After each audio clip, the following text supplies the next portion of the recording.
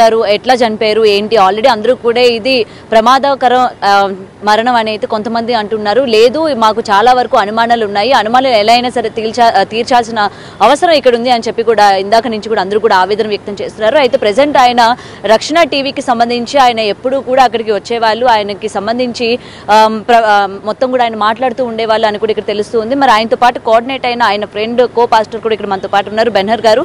అసలు ఎప్పుడైనా సరే ఆయనకి గతంలో కూడా ఒక వీడియో రిలీజ్ చేశారు, ఒకరితో ఆయనకి థ్రెట్ ఉందని చెప్తూ ఉన్నారు కదా. మరి ఆ థ్రెట్ ఉన్న విషయం ఆయన ఎవరు ఏంటి అన్న విషయాలు ఇతనితో ఏమైనా షేర్ చేసుకున్నారా అన్న విషయాలు క్లియర్ గా తెలుసుకుందాం. గుడ్ ఈవినింగ్ అండి. గుడ్ ఈవినింగ్ అమ్మా. రైట్, ప్రవీణ్ పడాల గారు, నిజంగా ఇవాళ దురదృష్టకరం ఇలాంటి వార్త వినాల్సి వస్తుంది అని చెప్పి. సో ఇవాళ మొత్తం కూడా పాస్టర్స్ అందరూ కూడా ఆందోళన వ్యక్తం చేస్తూ ఉన్నారు, ముఖ్యంగా క్రిస్టియన్స్ కావచ్చు, ప్రతి ఒక్కరు కూడా.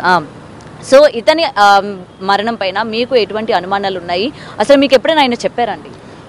అంటే మాకు యాక్చువల్గా చెప్పాలంటే ప్రవీణ్ పగడాల గారు ఒక మంచి వక్త, ఒక రచయిత, ఒక కౌన్సిలర్, అలాంటి వ్యక్తి.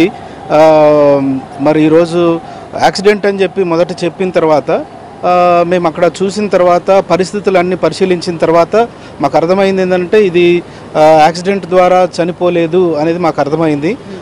తర్వాత డాక్టర్స్తో మాట్లాడాము, ఆ తర్వాత పోలీసు ఎస్పీ గారితో కూడా నేను పర్సనల్గా మాట్లాడాను. వారు కూడా ఇన్వెస్టిగేట్ చేస్తామని చెప్పారు. అట్లాగే డాక్టర్స్తో మాట్లాడినప్పుడు కూడా శరీరం మీద ఎక్కడ కూడా యాక్సిడెంట్ అవుతే బట్టలు చినగాలి, లేకపోతే కాళ్ళు కొట్టుకుపోవాలి, చేతులు కొట్టుకుపోవాలి, అలాంటివి ఏమీ లేకుండా కేవలం ముఖం మీద మాత్రమే చాలా బలమైన గాయం ఉంది, దాంతో ఈయన చనిపోయి ఉంటాడు అనే మాట వాళ్ళు వ్యక్తం చేసినప్పుడు మాకు అర్థమైంది ఏంటంటే ఇది మర్డర్ అని మేము అనుకుంటున్నాము, ఎవరో చంపేసి ఉంటారని మేము అనుకుంటా ఉన్నాం. కాబట్టి అది ప్రభుత్వం చొరవ తీసుకొని మరి ఇన్వెస్టిగేట్ చేసి ఎవరు దీని వెనకాల ఉన్నారు అనేది వాళ్ళు తీయాల్సిన అవసరం ఉంది. అయితే ఆయనకు అంటే నిజం చెప్పడానికి ఎప్పుడు వెనకాడకుండా నిర్మోహమాటంగా ఏవైనా చెప్తాడు. సో అలా చెప్తున్నప్పుడు శత్రువులు అనేక మంది వస్తారు కదండి, తప్పకుండా ఉంటారు. సో ఈ ఒక్కరు ఫలానా అని చెప్పలేను, కాకపోతే చాలామంది శత్రువులు అయితే ఉన్నారు. ఇందులో ఎవరు ఈ ఇంతటి ఘాతకానికి పాల్పడ్డారు అనేది మాత్రం మనకేం తెలియదు. కాకపోతే పోలీసు వ్యవస్థ మీద ఇంకా నమ్మకం ఉంది. ముఖ్యమంత్రి గారికి మేము విషయాలు షేర్ చేశాము. పర్సనల్గా నేను ముఖ్యమంత్రి కుమారుడు లోకేష్ కూడా వివరాలు అందించాము, ఇలా ఉంది పరిస్థితి అని. కలెక్టర్స్ మీటింగ్ అయిపోయిన తర్వాత నేను మాట్లాడతాను ఈ విషయంలో, నేను ఎస్పీ గారితో మరి పర్సనల్గా నేను మాట్లాడి విషయాలు తెలుసుకుంటాను అని చెప్పారు. కాబట్టి ఆ నమ్మకం అయితే ఉంది. ఇలాంటి సంఘటనలు జరగకూడదు, జరిగినాయి. సో ప్రత్యేకంగా ఆంధ్రాలో రాజమండ్రి, కాకినాడ ప్రాంతంలో ఇలాంటివి ఎక్కువ ప్రోత్సహించే వాళ్ళు ఉన్నారు. కాబట్టి అనుమానాలు చాలామంది మీద ఉన్నాయి. వీళ్ళొక్కరే అని మేము ఇప్పుడే నిర్ధారణలోకి రాలేదు. కాబట్టి వాళ్ళు పోలీస్ బయటికి ఇన్వెస్టిగేట్ చేసి తెచ్చేంత వరకు వెయిట్ చేద్దామని అనుకుంటున్నాం. ఇంతకీ ప్రవీణ్ గారికి మీకు ఎన్నేళ్ల నుంచి పరిచయం ఉందండి? ఆల్మోస్ట్ రక్షణ టీవీ స్టార్ట్ చేసినాక 5 years తర్వాత నుంచి అతను మా ప్రధాన వక్త. మంచి డిబేట్స్ చేస్తాడు. ఎక్కడ కూడా ఆయన డిబేట్స్లో పర్సనల్ అటాక్స్ ఎవరి మీద చేయడు. పర్సనల్ అటాక్స్ చేయకుండా కేవలం నాకు తెలిసి ఒక ఏమంటారు సబ్జెక్ట్ పరంగానే డిస్కస్ చేస్తాడు తప్ప వేరే రకంగా ఎవరి జోలికి పోడు. చాలా సింపుల్గా ఉండే వ్యక్తి. మరి అలాంటి వ్యక్తి పైన ఇలాంటి ఘాతకంకి ఒడిగట్టిన వాళ్ళు ఎవరో మాకైతే నిజంగా తెలియదు. నాతో ఆయనకు 3 days బ్యాక్ కూడా మేమిద్దరం మాట్లాడుకున్నాం. 3 days బ్యాక్ కూడా వీడియో కాల్లో మాట్లాడుకున్నాం మేము. సో ఆ వీడియో కాల్లోని అంటే ఆయన ఇంతకు ముందు చెప్పారు కదా నాకు ప్రాణహాని ఉంది, చంపే వాళ్ళు కూడా ఉన్నారు అని చెప్పి ఒక వీడియో కూడా వైరల్ అవుతుంది, ఆయన ఇంతకు ముందు చెప్పిన వీడియో. సో మీరు 3 రోజుల ముందు మాట్లాడుకున్నాను అంటున్నారు కాబట్టి దీనికి సంబంధించి ఏదైనా ప్రస్తావన ఏమైనా వచ్చిందా మీ ఇద్దరి మధ్య? అలాంటిది ఏమీ లేదు. కేవలం అతను చెప్పింది ఏంటంటే పలానా వాళ్ళ మీద ఇలా బురద జల్లడానికి ప్రయత్నం చేస్తూ ఉన్నారు, నువ్వు ఒకసారి కౌన్సిల్ చేయ బెన్హర్ అని చెప్పారు తప్ప అతని సొంత జీవితం గురించి ఎప్పుడు చర్చించలేదు. అతను అంటే భయస్థుడు కాదు, ఎందుకంటే ఆయన సింపుల్గా ఉంటాడు, ఎవరి జోలికి పోడు. కానీ కేవలం ఆధ్యాత్మికంగా మాట్లాడాల్సి వచ్చినప్పుడు చాలా ఖచ్చితంగా మాట్లాడతాడు కాబట్టి ఆ మాటలే ఎవరినో గాయపరిచి ఉంటాయి. దాన్ని బట్టే ఇంతటి ఘాతుకానికి ఒడిగట్టుంటారని నేను అనుకుంటున్నాను. సో మీరు కాల్ మాట్లాడుకున్నప్పుడు ఆయన ఇలా రాజమండ్రి బైక్ వెళ్తానని కానీ ఏదైనా పని మీద రాజమండ్రి వెళ్తున్నాను అని కానీ ఏమైనా సమాచారం ఇచ్చారా? ఏం చెప్పలేదండి, అలాంటి ఏం చెప్పలేదు. అసలు ఎలా వెళ్ళాడు అనే విషయం కూడా మనకు తెలియదు, వాళ్ళ కుటుంబమే చెప్పాలి. అతనికి కార్ అది ఉందా అండి? కార్లు ఉన్నాయండి, కార్లు ఉన్నాయి. అతను ఒక మంచి ఏమంటారు తన సొంత పిల్లలు కాని పిల్లల్ని ఒక 10 మందిని పోషిస్తూ ఉన్నాడు. సొంత పిల్లల్లాగా వాళ్ళ ఇంట్లోనే పెట్టుకొని పోషిస్తూ ఉన్నాడు, అడాప్ట్ చేసుకున్నాడు. రోడ్ల మీద చనిపోవడానికి సిద్ధంగా ఉన్న భిక్షగాళ్ళని తీసుకెళ్ళి ఒక హోమ్ పెట్టి హోమ్లో పోషిస్తున్నాడు. సో ఏదైనా ఒక 10 రూపాయలు దొరికితే వాళ్ళని పోషించే దాని కొరకు ఉపయోగిస్తాడు, కానీ ఎక్కడ కూడా స్వార్థంగా ఆయన ఎక్కడ ఆలోచన చేయలేదు. అతను సొంతకు కూడా ఆడంబరాలకు అసలు ఎక్కడ తావులేదండి ఆయనకి. మరి ఆయనకి కారు అన్ని అవైలబుల్ గా ఉన్నప్పటికీ బండి మీద వెళ్లాల్సిన అవసరం ఏమొచ్చిందని చెప్పి మీరు ఏమైనా కుటుంబ సభ్యులతో మాట్లాడే ప్రయత్నం చేశారా? చేశాము, కాకపోతే వాళ్ళు కూడా ఇప్పుడు అసలు యాక్చువల్ గా వాళ్ళు ఎందుకు బయటకు వెళ్ళాడు అనే విషయం వాళ్ళు కూడా చెప్పలేని పరిస్థితిలో ఉన్నారు. వాళ్ళ బావమరిది చెప్పలేదా అండి? చెప్పుంటారు, కానీ వాళ్ళ వైఫ్ కూడా ఇప్పుడు ఫోన్ తీసుకునే పరిస్థితిలో లేరు. ఎందుకంటే ఓ షాక్లో ఉన్నారు. ఎందుకంటే నిన్నటి వరకు కళ్ళ ముందు కనబడిన వ్యక్తి ఈరోజు లేరు అనే మాట వాళ్ళు జీర్ణించుకోలేకపోతా ఉన్నారు. ఆ విషయమే ఇంకా మేము కూడా పట్టి అడగడం ఇష్టం లేక ఆగాము. నేను కూడా ఇప్పుడు బయలుదేరుతున్నాను రాజమండ్రి వెళ్ళి నేను కూడా వాళ్ళతో పలకరించి మాట్లాడిన తర్వాత ఏదైనా విషయాలుంటే మీకు తప్పకుండా షేర్ చేస్తాను. ఓకే, సో ఎప్పటికప్పుడు ఆయన సమాజ సేవలో ఉంటూ ఉంటారు అని చెప్తూ ఉన్నారు కదా, ఈ రోజు నిజంగా ఇంత దారుణంగా అంటే కాపు కాసు ఏమైనా చంపారు అంటే మీకు ఆల్రెడీ అక్కడ ఉన్న అందరూ కూడా ధర్నా చేస్తూ ఉన్నారు, మీకు తెలిసిన వాళ్ళ దగ్గర నుంచి మీకు ఎటువంటి ఏమైనా ఇన్ఫర్మేషన్ ఏమైనా వచ్చిందా? ఆయన ఏమైనా కాపు కాసి కొట్టడం కానీ చంపడం కానీ ఈ విధంగా చేశారు అని కానీ ఎవరైనా చెప్పారా మీకు?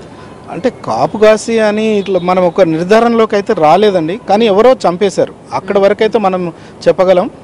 ఎవరు చంపారు అనే విషయం కానీ కాపు కాసి చంపారు అన్న విషయం కానీ మనం ఇప్పుడే చెప్పలేము, ఎందుకంటే అది పోలీస్ ఇన్వెస్టిగేషన్లోనే తెలియాలి.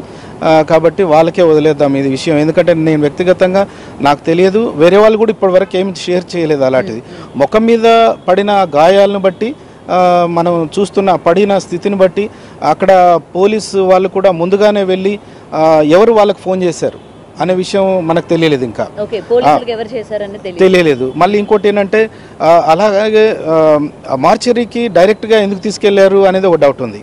అంటే యాక్చువల్గా హాస్పిటల్ తీసుకెళ్ళి బ్రాడ్ డెడ్ అనో లేకపోతే అలాంటివి చెప్పిన తర్వాత తీసుకెళ్ళి మార్చరీలో పెడతారు. మామూలుగా అలా కాకుండా కూడా మార్చరీలోకి ఎందుకు షిఫ్ట్ చేశారు అనేది కూడా ఇవన్నీ డౌట్స్ మేము పాస్టర్స్ అందరం కూడా మాట్లాడుకుంటా ఉన్నాం. సో ఇవన్నీ ఉన్నాయి కాబట్టి ఈ అనుమాన ఫస్ట్ ఎవరికి కాల్ వచ్చిందండి ఈయన ఇట్లా పడిపోయారు ఇలాగా చనిపోయారు అని చెప్పి? మీ పాస్టర్స్ ఎవరికైనా కాల్ చేసి లేకపోతే చుట్టుపక్కల వాళ్ళు ఎవరైనా అంటే వాళ్ళ ద్వారా ఏమైనా తెలిసిందా? దగ్గరున్న పాస్టర్స్ అక్కడ వెళ్ళిన వాళ్ళు ఎవరైతే ఉన్నారో వాళ్ళ ద్వారా మాకు తెలిసింది తప్ప మాకు డైరెక్ట్గా తెలియదు. మాకు తెలిసేసరికి చాలా సమయం అయిపోయింది. అప్పటికి మేము కూడా యాక్సిడెంట్ అని అంటే అరే ఎలా అవుతుంది యాక్సిడెంట్ అని అనుకున్నాము. కాకపోతే మెల్లమెల్లగా వింటా ఉన్న కొద్దీ వాళ్ళతో చర్చిస్తున్న కొద్దీ తెలిసింది ఏంటంటే ఇది యాక్సిడెంట్ కాదు, హత్య అనేది మాకు అర్థమైందండి. సో ఫైనల్గా ఇప్పుడు ఆల్రెడీ మీరు రాజమండ్రి వెళ్తాను అని చెప్తూ ఉన్నారు కదా, సో వాళ్ళ కుటుంబంతో ఆయన బండి మీద ఎందుకు వెళ్లాల్సి వచ్చింది ఏంటి అన్న దానిపైన క్లియరెన్స్ తీసుకునే ప్రయత్నం అయితే చేయండి. తప్పకుండా తీసుకుంటాము. ఆయన ఒంటరిగా ఎందుకు బండి మీద వెళ్లాల్సి వచ్చింది అనే విషయం తప్పకుండా అడుగుతాము. అలాగే వాళ్ళ కుటుంబంలో ఇంకొక కొన్ని విషయాలు ఏంటంటే ఎప్పుడు బయలుదేరాడు అనేది కూడా ఒక కన్ఫ్యూజన్ ఉంది కాబట్టి అవి కూడా అడిగి తెలుసుకుంటాము, మీకు తెలియదు. సో సార్ ఇప్పుడు పోస్ట్ మార్టం రాజమండ్రిలో నిర్వహిస్తున్నారు కాబట్టి అయిపోయిన తర్వాత హైదరాబాద్ ఏమైనా తీసుకొచ్చే ఛాన్సెస్ ఉన్నాయా? అంటే ఇక్కడ ఏమైనా చేసే ఛాన్సెస్ ఉన్నాయా? ఆయన తప్పకుండా అండి, ఎందుకంటే ఆయన ఒక రాష్ట్రానికి సంబంధించిన నాయకుడు కాదు. ఆయన 2 రాష్ట్రాలకు అలాగే ఇండియా దేశంలో ఉన్న పలు భాషలు మాట్లాడే వ్యక్తి కాబట్టి అతను అన్ని రాష్ట్రాల నుంచి మనుషులు రావాలి, అలాగే వాళ్ళ సొంత బంధువులు అమెరికా నుంచి కూడా రావాలి. కాబట్టి హైదరాబాద్ తీసుకొస్తారు. ఇక్కడ నుంచి మళ్ళీ వారు ఒకవేళ కడప తీసుకెళ్లాలనుకుంటే వాళ్ళ స్వగృహం అక్కడ ఉంది కాబట్టి అక్కడికి వెళ్తారేమో. ముందైతే హైదరాబాద్కు తప్పకుండా తీసుకొస్తారని నేను అనుకుంటా ఉన్నాను. అలాగే మేము తీసుకురావడానికి మేము ప్రయత్నం చేస్తాము. నెక్స్ట్ ఫైనల్లీ సార్ లోకేష్ గారు ఏమన్నారు? లోకేష్ గారితో మీరు పర్సనల్గా ఏమైనా మాట్లాడారా? లోకేష్ గారు పిఏ ఎత్తారు. అతను మాట్లాడినప్పుడు అజయ్ కొడాలి మాట్లాడినప్పుడు ఏమన్నారంటే నేను ఇమీడియట్గా సార్తో చెప్పానండి, సార్ మీటింగ్లో ఉన్నారు, మీటింగ్ అయిపోయిన తర్వాత ఎస్పీ గారితో మాట్లాడిస్తాను అని చెప్పారు. తప్పకుండా అతను చెప్పిన మాటలను బట్టి మేము నమ్ముతున్నాం, తప్పకుండా న్యాయం జరుగుతుందని మేము విశ్వసిస్తా ఉన్నాం. రైట్ ఇదండి ప్రవీణ్ గారి కేసులోనే ముఖ్యంగా చూసుకుంటే ఇదంతా కూడా యాక్సిడెంట్ జరిగిందని ఏదైతే స్టార్టింగ్ చెప్పారో ఇది యాక్సిడెంట్ లాగైతే కనిపించట్లేదు. అతని బాడీ పైన ఉన్న ఆ మార్క్స్ కావచ్చు ప్రతిది కూడా మర్డర్ చేసినట్టయితే క్లియర్గా కనిపిస్తుంది. సో ఇప్పుడు పోస్ట్ మార్టం నిమిత్తం అయిపోయిన తర్వాత రిజల్ట్స్ చూసిన తర్వాత ఎవరు చేశారు ఏంటి అన్న దానిపైన తగిన శిక్షలు వేయాలి అనేది ఇక్కడ పాస్టర్స్ అందరూ కూడా కోరుకుంటున్న పరిస్థితి మనకు కనిపిస్తూ ఉంది. అండ్ పోస్ట్ మార్టం నిమిత్తం అయిపోయిన తర్వాత సొంత ఊరు కడప తీసుకెళ్తారా లేకపోతే హైదరాబాద్ తీసుకొస్తారా అనే దానిపైన కూడా ఇంకా పూర్తి వివరణ రావాల్సి ఉంది. అయితే ఏదైనా సరే గతంలోనే ఆయన మాట్లాడిన మాటలు ఏవైతే ఉన్నాయో ఆయనకి థ్రెటనింగ్ ఉందని చెప్పి కూడా ఆయన చెప్తూ ఉన్నారు. మరి 3 రోజుల క్రితం ఇతనితో మాట్లాడినప్పుడు కూడా ఆయన రాజమండ్రి వెళ్తున్నాను కానీ లేకపోతే ఎటువంటి పరిస్థితుల్లో రాజమండ్రి వెళ్లాల్సి వస్తుంది, బైక్ పైన ఆయన వెళ్ళడానికి గల కారణాలు ఏంటి అన్న దానిపైన కూడా ఎప్పుడు ఈయనతో కూడా మాట్లాడలేదని చెప్తూ ఉన్నారు. మరి ఇప్పుడు ఈయన రాజమండ్రి వెళ్ళి ఫ్యామిలీ మెంబర్స్ ముఖ్యంగా అతని యొక్క వైఫ్తో మాట్లాడి అసలు ఇంటి నుంచి ఏ టైంకి బయలుదేరారు, ఏమని చెప్పి బయలుదేరారు, బండి మీద వెళ్లాల్సిన అవసరం ఏముంది, అలాగే వీటన్నిటి గురించి కూడా క్లియర్గా తెలుసుకొని మాట్లాడుతానైతే ఇప్పుడు పాస్టర్స్ అందరూ కూడా చూస్తూ ఉన్నాము. ప్రెసెంట్ ఆందోళన వాతావరణం అయితే నెలకొనింది. సో పోస్ట్ మార్టం నిమిత్తం వచ్చిన రిజల్ట్స్ ఏవైతే ఉంది ఇది ఖచ్చితంగా మర్డర్ అని కనుక తెలిసినట్లయితే ఎవరు చేశారు ఏంటి అని దానిపైన కరెక్ట్ విచారణ చేసి వాళ్ళకి తగిన శిక్ష పడాలని అయితే పాస్టర్స్ అందరూ కూడా కోరుకుంటున్న పరిస్థితులు మనకి కనిపిస్తున్నాయి. వీడియో జర్నలిస్ట్ రాజుతో Gautami reporting, Hyderabad. Right Gautami, thank you. క్రైస్తవ బోధకుడు ప్రవీణ్ పగడాల మృతిపై ప్రస్తుతం తీవ్ర అనుమానాలు వ్యక్తమవుతున్నాయి. Rajahmundry Gammon bridge